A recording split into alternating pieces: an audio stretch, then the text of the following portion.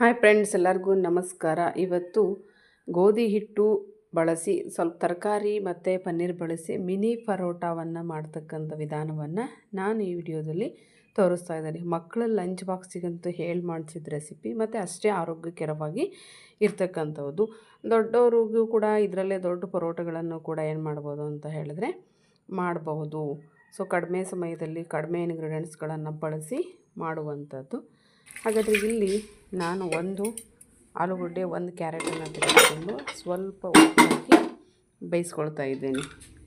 ಬೇಯಿಸ್ಕೊಂಡಾದಮೇಲೆ ಈ ಕ್ಯಾರೆಟ್ ಮೇಲಿಂದ ಒಂದು ಲೇಯರ್ ಸಿಪ್ಪೆ ತೆಗೆದು ಆಲೂಗಡ್ಡೆಯನ್ನು ಸಿಪ್ಪೆ ತೆಗೆದು ಏನು ಮಾಡಿ ಅಂತ ಹೇಳಿದ್ರೆ ಆರೋದಕ್ಕೆ ಬಿಟ್ಕೊಂಡು ಸಿಪ್ಪೆ ಎಲ್ಲ ತೆಗೀರಿ. ಈ ಕಡೆ ಗೋಧಿ ಹಿಟ್ಟಿಗೆ ಸ್ವಲ್ಪ ನೀರು ಹಾಕ್ತಾ ಸ್ವಲ್ಪ ನೀರು ಹಾಕ್ತಾ ಚಪಾತಿ ಯಾವ ರೀತಿ ಹಾಕಿ ಅದೇ ರೀತಿ ಹಿಟ್ಟು ಪರೋಟ ಮಾಡಬೇಕಾದ್ರೂ ಕೂಡ ಚಪಾತಿ ಹಿಟ್ಟಿನ ಬೇಕಲ್ವಾ. ಸ್ವಲ್ಪ ಕೈಗೆ ಎಣ್ಣೆ ಹಾಕ್ಕೊಳ್ಳಿ. ಒಂದೇ ಸಾರಿ ನೀರು ಹಾಕೊಂಡಿಲ್ಲ ಅಂದರೆ ಸ್ವಲ್ಪ ನೀರು ಕೈಗೆ ಜಾಸ್ತಿ ಕಲಿಸ್ಕೊಳ್ಳಿ. ಕಲಿಸೋದಕ್ಕಿಂತ ಮುಂಚೆ ಸ್ವಲ್ಪ ಕೈಗೆ ಎಣ್ಣೆ ಹಾಕ್ಕೊಂಡ್ರೆ ಹಿಟ್ಟು ಅಷ್ಟಾಗಿ ಅಂಟೋದಿಲ್ಲ. ನೋಡಿ ಈ ರೀತಿ ಕಲಿಸಿ ಒಂದು 10 ನಿಮಿಷ ಇದನ್ನು ಪಕ್ಕಕ್ಕೆ ಇಟ್ಟುಬಿಡಿ. ಈಗ ಪರೋಟ ಮಾಡಲಿಕ್ಕೆ ಬೇಕಾಗಿರ್ತಕ್ಕಂಥ ಈಗ ನಾವು ಇಲ್ಲಿ ಬೇಯಿಸ್ಕೊಂಡಿರ್ತಕ್ಕಂಥ ಆಲೂಗಡ್ಡೆ ಈ ರೀತಿ ಕ್ಯಾರೆಟನ್ನು ಆಲೂಗಡ್ಡೆ ಬಿಸಿ ಇದೆ, ಹಾಗಾಗಿ ತಣ್ಣಗಾದ್ಮೇಲೆ ಕಿವುಚ್ಕೊಳ್ಳಿ. ಇದು ಸಣ್ಣಗೆ ಯಾವುದು ಗಂಟುಗಳು ಬರದ ಹಾಗೆ ಕಿವುಚ್ಕೊಂಡು ನಾನಿಲ್ಲೊಂದು 8 ರಿಂದ 10 ಪನ್ನೀರ್ ತುಂಡುಗಳನ್ನು ಜೀರಿಗೆ, ಕೊತ್ತಂಬರಿ ಪುಡಿ, ಸಣ್ಣಗಾಳು, ಆಮ್ಚೂರ್ ಪುಡಿ, ಚಾಟ್ ಮಸಾಲೆ, ಖಾರದ ಪುಡಿ, ಅರಿಶಿನ ಪುಡಿ ಮಾಡಿ ಇಲ್ಲಿ ಜೀರಿಗೆ, ಕೊತ್ತಂಬರಿ ಪುಡಿ, 7-8 ಪನ್ನೀರ್ ಪೀಸ್, ಚಾಟ್ ಮಸಾಲ ಎಲ್ಲ ಸೇರಿಸಿ ಅರಿಶಿನ ರುಚಿಗೆ ಬೇಕು, ಖಾರದ ಪುಡಿ, ಉಪ್ಪು ಎಲ್ಲವನ್ನು ಹಾಕಿ ಚೆನ್ನಾಗಿ ಮಿಕ್ಸ್ ಮಾಡಿಕೊಳ್ಳಿ. ಒಂದು ರೀತಿ ಹೋಳಿಗೆ ಹೂರ್ಣದ ಥರ ಸಾಫ್ಟಾಗಿ ಬರಬೇಕು. ಅಂದರೆ ಮಧ್ಯದಲ್ಲಿ ಹಿಟ್ಟಿಗೆ ಹಾಕಿರೋದ್ರಿಂದ ಮಸಾಲೆ ಗಟ್ಟಿಯಾಗಿ ಮಸಾಲೆಗೆ ಉಪ್ಪನ್ನು ನೋಡ್ಕೊಂಡು ಏನು ಮಾಡಿ ಅಂತ ಹೇಳಿದ್ರೆ ಸೇರಿಸ್ಕೊಂಡು ಪೇಸ್ಟ್ ಆಗಿ ಈ ರೀತಿ ಚೆನ್ನಾಗಿ ಮಿಕ್ಸ್ ಮಾಡಿಕೊಂಡು ಎಲ್ಲವನ್ನು ಅಂದರೆ ಮಧ್ಯೆ ಅದರದ್ದು ಆಲೂಗಡ್ಡೆ ಪೀಸ್ ಅದು ಬರದ ಹಾಗೆ ಈ ರೀತಿ ಸಾಫ್ಟಾಗಿ ಮಿಕ್ಸ್ ಮಾಡ್ಕೊಳ್ಳಿ. ತಯಾರು ಮಾಡಿಕೊಂಡು ಇಲ್ಲಿ ಸ್ವಲ್ಪ ಚಪಾತಿ ಲಟ್ಟಿಸೋದಕ್ಕಿಂತ ಸ್ವಲ್ಪ ಜಾಸ್ತಿ ಹಿಟ್ಟನ್ನು ಉಳ್ಳೆಯನ್ನು ಮಾಡ್ಕೊಂಡು ಏನು ಮಾಡಿ ಅಂತ ಹೇಳಿದರೆ ಉದ್ಕೊಳ್ಳಿ. ಚಪಾತಿಯನ್ನು ಮೊದಲಿಗೆ ಸ್ವಲ್ಪ ಎಣ್ಣೆ ಹಾಕಿ ಚೆನ್ನಾಗಿ ಹಿಟ್ಟನ್ನು ನಾದ್ಕೊಳ್ಳಿ. ತುಂಬ ಸಾಫ್ಟಾಗಿ ಬರುತ್ತೆ ಮತ್ತು ತಿನ್ನೋದಕ್ಕೂ ರುಚಿಯಾಗಿರುತ್ತೆ. ತುಪ್ಪ ಅಥವಾ ಅಡುಗೆ ಎಣ್ಣೆಯನ್ನು ಹಾಕಿ ಬೇಯಿಸ್ಕೊಂಡ್ರೆ ಜೊತೆಗೆ ಮತ್ತು ಸೈಡ್ ಡಿಶ್ಶಾಗಿ ಯಾವುದೂ ಬೇಡ, ಯಾಕಂದರೆ ಇದರಲ್ಲೇ ಎಲ್ಲ ಮಸಾಲೆ ಖಾರ ಇರೋದ್ರಿಂದ. ನೋಡಿ ನಾನಿಲ್ಲಿ ಒಂದನ್ನು ತೆಗೆದುಕೊಂಡು ಲಟ್ಟಿಸ್ಕೊಳ್ತಾ ಇದ್ದೀನಿ. ಈ ರೀತಿ ಹಿಟ್ಟು ಹಾಕಿ ಲಟ್ಟಿಸ್ಕೊಳ್ಳಿ ಚೆನ್ನಾಗಿ. ಸುತ್ತ ಅರುಗೆಲ್ಲ ಏನು ಮಾಡಿರಿ ಅಂದರೆ ತೆಳ್ಳಗೆ ಲಟ್ಟಿಸ್ಕೊಳ್ಳಿ. ತೀರ ದಪ್ಪ ತೀರ ತೆಳ್ಳಗೆ ಬೇಡ, ಚಪಾತಿ ಹದದಲ್ಲೇ ಲಟ್ಟಿಸ್ಕೊಂಡು ಈ ರೀತಿ ಮಾಡಿಟ್ಕೊಂಡಿರ್ತಕ್ಕಂತಹ ಸ್ಟಫಿಂಗನ್ನು ಎಲ್ಲ ಕಡೆ ಏನು ಮಾಡಿ ಅಂತ ಹೇಳಿದ್ರೆ ಸ್ಪ್ರೆಡ್ ಮಾಡಿರಿ. ನೀವೊಂದು ಚಮಚೆಯಿಂದ ಕೂಡ ಮಾಡ್ಬೋದು. ನಾನಿಲ್ಲಿ ಕೈಯನ್ನು ಚೆನ್ನಾಗಿ ತೊಳ್ಕೊಂಡು ಕೈಯಿಂದನೇ ಹಾಕಿ ಏನು ಮಾಡ್ತಾಯಿದ್ದೇನೆ ಅಂದರೆ ಅದನ್ನು ಸ್ಪ್ರೆಡ್ ಮಾಡ್ತಾಯಿದ್ದೇನೆ. ಈ ರೀತಿ ಎಲ್ಲ ಕಡೆ ಹರಡುವಾಗೆ ಹಾಕ್ಕೊಳ್ಳಿ. ಹಾಕ್ಕೊಂಡಾದಮೇಲೆ ನೋಡಿ ಈ ರೀತಿ ಎಲ್ಲ ಕಡೆ ಮಸಾಲೆ ತಿನ್ನುವಾಗ ಸರಿಯಾಗಿ ಬರಬೇಕು.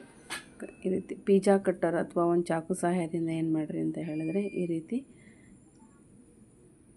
ಕಟ್ ಮಾಡ್ಕೊಳ್ಳಿ. ಮಧ್ಯದಲ್ಲಿ ಒಂದೊಂದು ಗೆರೆ ಹಾಕ್ಕೊಳ್ಳಿ. ಈ ರೀತಿ ಹಾಕ್ಕೊಂಡು ಆದಮೇಲೆ ಒಂದೊಂದೇ ರೋಲನ್ನು ಏನು ಮಾಡಿರಿ ಅಂತ ಹೇಳಿದರೆ ಈ ರೀತಿ ರೌಂಡ್ ಶೇಪಲ್ಲಿ ಮಡಿಸ್ತಾ ಬಂದು ಅದನ್ನೇ ಮತ್ತೇನು ಮಾಡಿ ಅಂತ ಹೇಳಿದ್ರೆ ಒಂದು ಉಳ್ಳೆಯನ್ನಾಗಿ ಮಾಡಿಕೊಳ್ಳಿ. ಅಂದರೆ ಇದು ಒಂಥರ ಲೇಯರಾಗಿ ಕಾಣುತ್ತೆ. ಸೊ ಜಾಸ್ತಿ ದೊಡ್ಡದೆಲ್ಲ ಲಟ್ಸೋಕ್ಕಾಗಲ್ಲ, ಸಣ್ಣ ಸಣ್ಣ ಪರಾಟಗಳನ್ನು ಇದರಲ್ಲಿ ಮಾಡ್ಬೋದು. ನೋಡಲಿಕ್ಕೂ ಕೂಡ ಚೆನ್ನಾಗಿರುತ್ತೆ ಮತ್ತು ತಿನ್ನೋದಕ್ಕೂ ಕೂಡ ಟೇಸ್ಟಿ ಮತ್ತು ಹೆಲ್ದಿಯಾಗಿರ್ತಕ್ಕಂತಹ ಈ ಪರೋಟ ಮಕ್ಕಳು ಸಖತ್ ಇಷ್ಟಪಡ್ತಾರೆ. ಮನೇಲಿ ಟೊಮೆಟೊ ಸಾಸು, ಕೆಚಪ್ ಯಾವುದಾದ್ರೂ ಇದ್ದರೆ ಅದ್ರ ಜೊತೆಗೆ ಅಥವಾ ಏನೂ ಬೇಡ ಹಾಗೆ ತಿನ್ಬೋದು. ಸೊ ಮಕ್ಕಳಿಗೆ ಅಂಥದ್ದೆಲ್ಲ ಹಾಕಿಕೊಟ್ರೆ ಮನೇಲೇ ಮಾಡಿದ್ದಿದ್ರೆ ಇಷ್ಟಪಡ್ತಾರೆ. ಈ ರೀತಿ ನಾನೇನು ಮಾಡಿದೆ ಅಂತ ಹೇಳಿದ್ರೆ ನೋಡಿ, ಒಂದು ಚಪಾತಿಯನ್ನು ಲಟ್ಸ್ಕೊಂಡು ಅದರಲ್ಲಿ 4 ಈ ರೀತಿ ಮಾಡಿ ಇಟ್ಕೊಳ್ತಾ ಇದ್ದೀನಿ.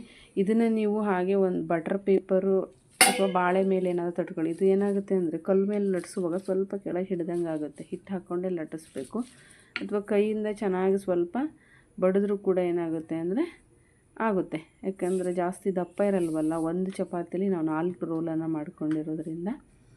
ಸೊ ಈಗೇನು ಮಾಡಿ ಅಂತ ಹೇಳಿದರೆ ತೀರ ತೆಳ್ಳಗೆ ಲಟ್ಟಿಸ್ಬೇಡಿ, ಹಿಟ್ಟು ಕೂಡ ಜಾಸ್ತಿ ಆಗಬಾರ್ದು. ಈಗ ರೊಟ್ಟೆ ಹಂಚಿಗೆ ನಾನೇನು ಮಾಡಿದ್ದೀನಿ ಅಂದರೆ ಸ್ವಲ್ಪ ಇಲ್ಲಿ ಕೊಬ್ಬರಿ ಎಣ್ಣೆ ನಾವು ಬಳಸೋದು ಅಡುಗೆಗೆ, ಸೊ ಅದೇ ಸ್ವಲ್ಪ ಹಾಕ್ಕೊಂಡು ಏನು ಮಾಡಿ ಅಂತ ಹೇಳಿದ್ರೆ ಚೆನ್ನಾಗಿ ಬೇಯಿಸ್ಕೊಳ್ಳಿ.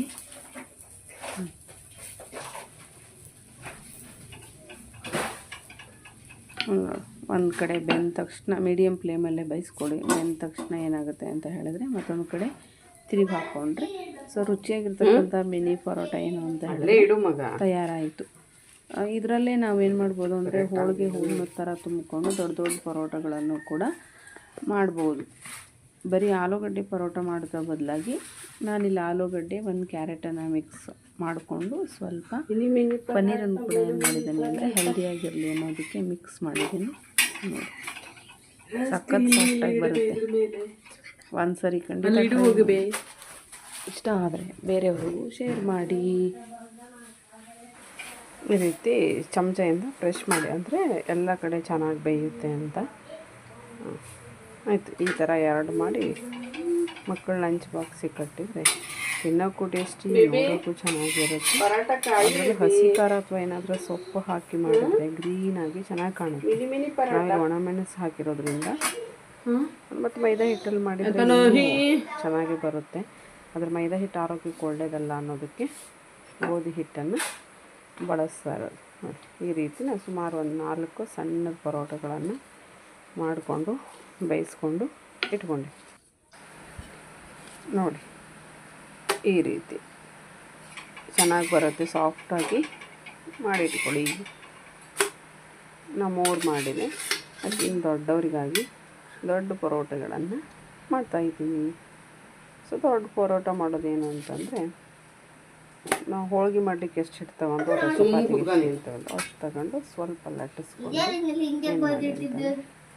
ಸಣ್ಣ ಲಿಂಬೆಹಣ್ಣು ಗಾತ್ರದ್ದು ಅದು ಏನಾರ ಬರೋದು ಮಸಾಲ ಸ್ಟಫಿಂಗ್ ತಗೊಂಡು ಈ ರೀತಿ ಏನು ಮಾಡಿರಿ ಅಂತ ಹೇಳಿದ್ರೆ ಫೋಲ್ಡ್ ಮಾಡಿ ಸೊ ಮೇಲೊಗಡೆ ಕೈ ಈ ರೀತಿ ಮಾಡಿಕೊಂಡು ತಟ್ಕೊಂಡು ಲಟ್ಟಿಸ್ಕೊಂಡು ಇದಕ್ಕೂ ಕೂಡ ಎಣ್ಣೆ ಅಥವಾ ತುಪ್ಪ ಹಾಕಿ ಬೇಯಿಸ್ಕೊಂಡ್ರೆ ಇದು ದೊಡ್ಡ ಪರೋಟ ಏನಾಯಿತು ಅಂತ ಹೇಳಿದ್ರೆ ರೆಡಿ ಆಯಿತು. ಆದರೆ ಲಟ್ಟಿಸುವಾಗ ಸ್ವಲ್ಪ ಹಗ್ಗರಕ್ಕೆ ಏನು ಮಾಡಿ ಅಂತ ಹೇಳಿದ್ರೆ ಲಟ್ಟಿಸಿ ಈ ಅರುಗು ಅಂದರೆ ಸುತ್ತ ತೆಳ್ಳಗೆ ಲಟ್ಟಿಸ್ಕೊಳ್ಳಿ. ಒಂದೇ ಹಿಟ್ಟಲ್ಲಿ 2-3 ಥರದ ಪರಾಟಗಳನ್ನು ಬಂದಿದ್ದೆ. ಈಗ ಅಂತ ಹೊಟ್ಟೆ ಸ್ವಲ್ಪ ಹಾಕಿದ್ದು ಜಾಸ್ತಿ ಆಯಿತು. ಆದರೆ ಇದು ಗೋಧಿ ಹಿಟ್ಟಿನ ಸ್ವಲ್ಪ ಎಣ್ಣೆ ಹಾಕಿದ್ರೆ ಚೆನ್ನಾಗಿ ಅನಿಸುತ್ತೆ ಹೇಳಿ ಹಾಕಿ. ಹೀಗೆ ದೊಡ್ಡ ಪರೋಟನೂ ಕೂಡ ರೆಡಿ ಆಯಿತು. ಮತ್ತೊಂದನ್ನು ಸ್ಟಫಿಂಗು ಮಾಡಿಕೊಳ್ತಾ ಇದ್ದೀನಿ. ವಿಡಿಯೋ ಲೆಂದಿ ಆಯಿತು, ಆದರೂ ನೋಡ್ತಾ ಇರೋರೆಲ್ಲರಿಗೂ ಕೂಡ ಥ್ಯಾಂಕ್ ಯು. ನೋಡಿ ಈ ರೀತಿ ಡಿಸೈನಾಗಿ ಈ ಮೋಮೋಸ್ ಫೋಲ್ಡ್ ಮಾಡಿದಾಗೆ ಮಾಡ್ಕೊಂಬಿಟ್ರೆ ಯಾವ ಕಡೆಯೂ ಗ್ಯಾಪು ಉಳಿಯಲ್ಲ. ಥ್ಯಾಂಕ್ ಯು ಮತ್ತೊಮ್ಮೆ ಎಲ್ಲರಿಗೂ.